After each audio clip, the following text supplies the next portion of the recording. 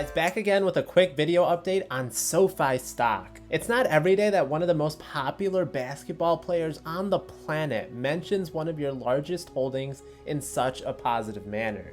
To be fair and not clickbaity, LeBron was referring to SoFi Stadium, not necessarily SoFi the company, but I'm going to explain why that's still actually very good news and it accomplishes exactly what SoFi was looking for. LeBron James is somebody who has 50 million followers on Twitter, nearly 100 million followers on Instagram. He needs no introduction. He has been notable for saying some boneheaded stuff in the past, but he has backed that up with doing a lot of good for his community. And one thing I don't think he gets enough credit for is how brilliant of a businessman he is. He surrounds himself with very smart people. He's well on track to become a billionaire, and there's a reason why Nike pays him so much money every single year. It's because he is a global icon, and people do take what he says very serious. So let me play an actual clip of what he said about SoFi Stadium, and I'll break it down even further. You spent the weekend at SoFi Stadium. First of all, what do you think about SoFi? I believe SoFi Stadium is the best stadium in the world. Architecturally, it's the greatest thing I've ever been in. My good friend Stan Kroenke, they did a hell of a job of whoever they picked to help build that thing. It's state of the art. It's the best stadium I've ever been in, and I'm happy for him. Wow, so LeBron James, whose entire adult life has been filled with going into the best stadiums and complexes on a weekly basis, has just said that SoFi Stadium is the nicest building he's ever stepped foot in. SoFi Stadium cost $5.5 billion to complete.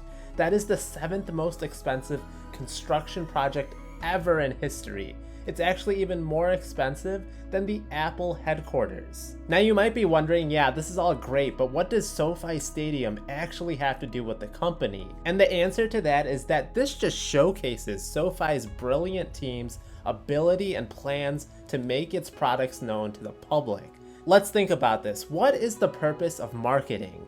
The purpose is to reach your target audience, communicate with them the benefits of your product or service so that you can acquire, keep, and grow customers. If you're looking to buy a home and you can get quotes from Joe Blow Financial Services or SoFi, you're going to pick the one that you're most comfortable with, the one that actually has some name recognition. SoFi is a relatively new company. They need to advertise and help raise awareness to people that they are the one-stop shop for student loans, car loans, credit cards, savings accounts, a place to invest and buy stocks, cryptocurrency, home loans, and much, much more. A lot of the other finance giant companies have also bought naming rights for stadiums in the past. For example, Bank of America, JP Morgan Chase, Citibank, Barclays, they've all bought naming rights before. And this is why SoFi is paying over $400 million for the naming rights to lock themselves into a 20-year agreement with SoFi Stadium, which is located in Los Angeles, the second largest metro area in the United States. And a lot of eyeballs will be on the stadium these next 2 decades. Currently, the LA Chargers and LA Rams are among the best teams in the NFL, and they both play in the stadium. The Rams destroyed my Bears on opening night, but let's be honest, who hasn't lately? Now, a typical NFL game brings in around 10 to 15 million viewers weekly, and trust me, I've been noticing they do mention the home stadium name a lot during the broadcast. That's really just driving home SoFi into more people's heads. And you know what I found fascinating with the LeBron clip was that he didn't actually need to say SoFi Stadium in his answer. He could have easily have just said the stadium that the Rams played in because he was, after all, just attending a Rams game. Instead, he actually did mention SoFi Stadium. Now, SoFi is going to be associated with the excellence for this state-of-the-art facility. SoFi Stadium is, of course, hosting the Super Bowl this upcoming year. Nearly 1/3 of the US, or over 100 million people, will be tuning into that. They actually just announced their halftime show and the performers, and it's very star-studded with Dr. Dre, Snoop Dogg, Kendrick Lamar. They're all actually from the LA area, and they also have Eminem and Mary J. Blige. That's a very powerful group of entertainers with millions of loyal followers, and when they're performing next spring, there's going to be gigantic SoFi logos behind them the whole time. That's such great exposure. And if that wasn't impressive enough, SoFi Stadium is also going to be hosting the opening and closing ceremonies of the 2028 Olympics. I know that's a little far out, but it's definitely something to keep keep in mind. That's going to be a lot of global eyeballs getting exposure to SoFi. It's no surprise that SoFi has had 8 consecutive quarters of membership growth, topping 2.5 million in their latest earnings report.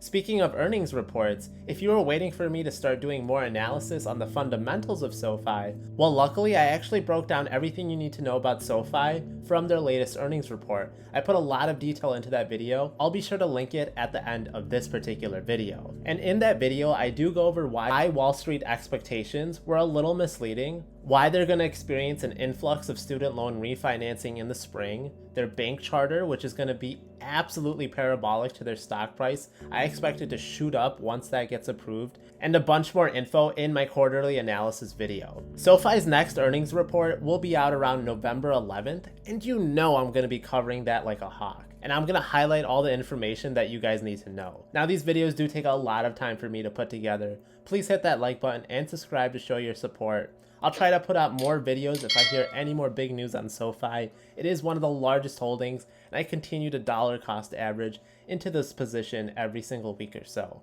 So I'm glad to see the share price has went up a little bit, and some analysts are getting more bullish. Now let me know what you think about SoFi, if it's going to continue to go up in the comments below, and I will buy, stash, and collect cash. See you later.